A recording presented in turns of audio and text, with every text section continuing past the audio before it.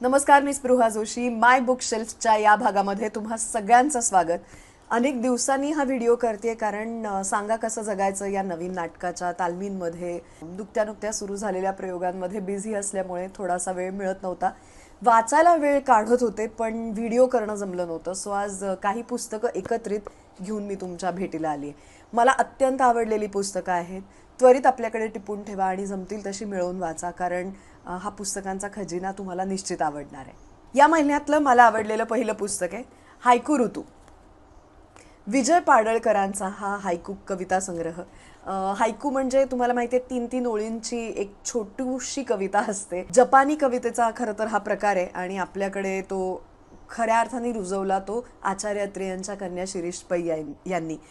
आणि विजय पाडळकरांनी त्यांच्या आसपासच्या निसर्गाचं फार सुंदर वर्णन, त्यांच्या भवतालाचं फार सुंदर वर्णन त्यांच्या या हायकू संग्रहात केलेलं आहे. मागच्या पानावरती हेमंत जोगळेकर सरांनी लिहिलेलं आहे आणि फार गोड लिहिलं आहे त्यांनी की पाडळकरांनी या हायकू ऋतूचा समारोप करताना अंतिम क्षणी मनात थोडेसे रंग उरावेत एवढीच मागणी केली आहे. माझी मागणी एवढीच आहे, त्यांच्या हायकूंना तिसरी ओळच न सापडो. किती गोड. सो वर्षानुवर्ष या हायकू आपल्या भेटीला येत राहोत आणि पाडळकरांना थांबावंसं वाटू नये असं या प्रस्तावनेचं, या ब्लरचं म्हणणं आहे. खूप छोट्या छोट्या क्यूट अशा हायकू आहेत. तुम्हाला समजा हा काव्यप्रकार वाचायला आवडत असेल किंवा एक्सप्लोअर करून बघायचा असेल तर तुम्ही निश्चित करू शकता. यानंतरचं पुस्तक आहे हा जय नावाचा इतिहास आहे. हे आनंद साधले यांचं पुस्तक. हे पुस्तक फारच वेगळं पुस्तक आहे. म्हणजे महाभारतावरती लिहिलेली अनेक पुस्तकं आपण सगळ्यांनी वाचलेली असतात. मग व्यासपर्व असेल किंवा मृत्युंजय असेल, अनेक पुस्तकं, म्हणजे आता आपण आठवायला गेलो तर अशी अनेक पुस्तकांची यादी आपल्याला आठवेल.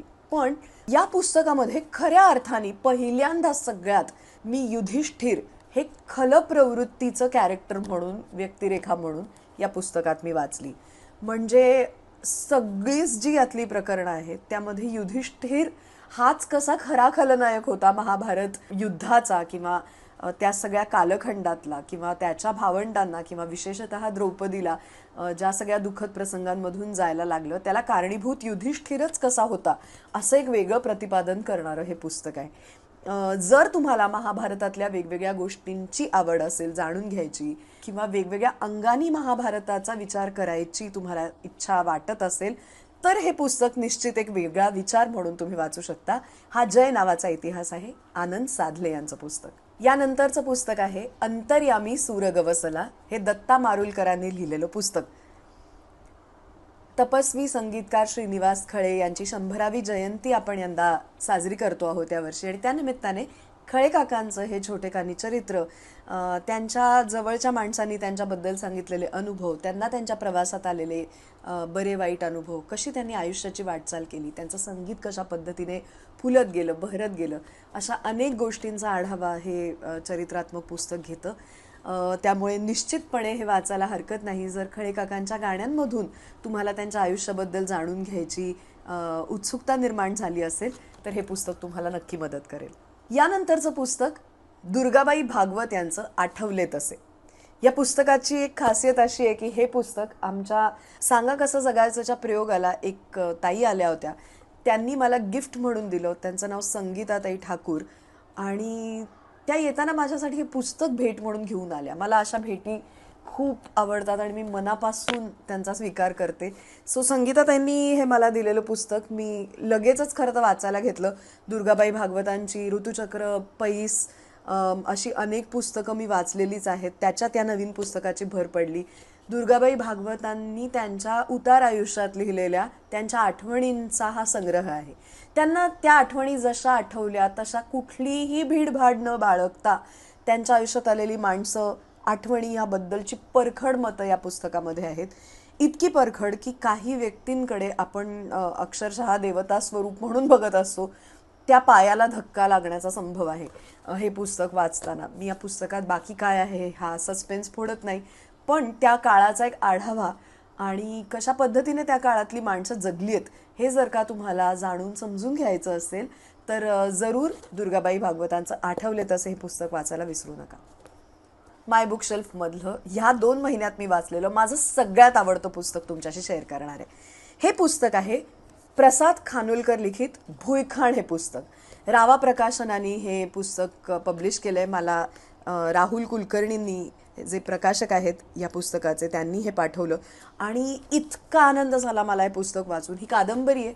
अनेक दिवसांनी किंवा महिन्यांनी मी इतकी सुंदर इतकी इंटरेस्टिंग कादंबरी वाचली असेल.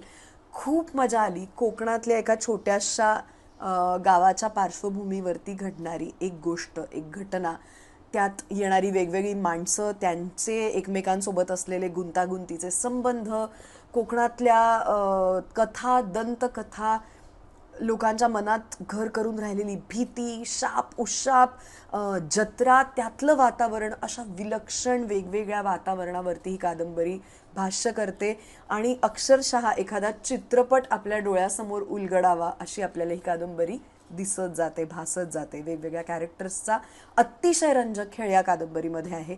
ही पुस्तकं जी असतात, मला असं वाटतं की खूप सुंदर फिल्ममेकर्सच्या हातात ती पडावीत आणि त्यांचा एक अप्रतिम चित्रपट होऊन आपल्या भेटीला यावा.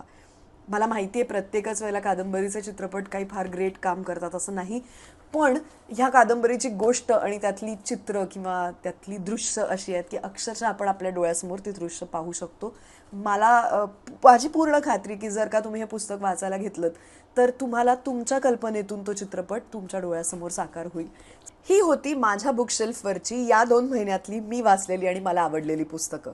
तुमच्या बुकशेल्फवरती या महिन्यामध्ये काय आलं नवीन? काही खरेदी केलीत का? कुठली छान नवीन पुस्तकं वाचलीत का? त्या पुस्तकांची नावं मला खाली कमेंटमध्ये लिहून नक्की कळवा. खाली तुमचंही नाव लिहा. पुन्हा भेटणारच आहोत पुढच्या महिन्यात अशाच एका नवीन माय बुकशेल्फच्या व्हिडिओसोबत. तोपर्यंत जर या चॅनलला सबस्क्राईब केलं नसेल तर जरूर करून टाका. नवीन नवीन कॉन्टेंट घेऊन मी तुमच्या भेटीला येतेच आहे. हा व्हिडिओ आवडला असेल आणि ही पुस्तकं समजा इतर जास्तीत जास्त लोकांपर्यंत पोहोचावीत असं वाटत असेल तर निश्चितपणे तुमच्या मित्रमंडळींसोबत, तुमच्या स्नेही मंडळींसोबत, तुमच्या नातेवाईकांसोबत सगळ्यांसोबत हा व्हिडिओ शेअर करा, वाटून घ्या. पुन्हा भेटूया पुढच्या व्हिडिओमध्ये. तोपर्यंत नमस्कार, बाय बाय.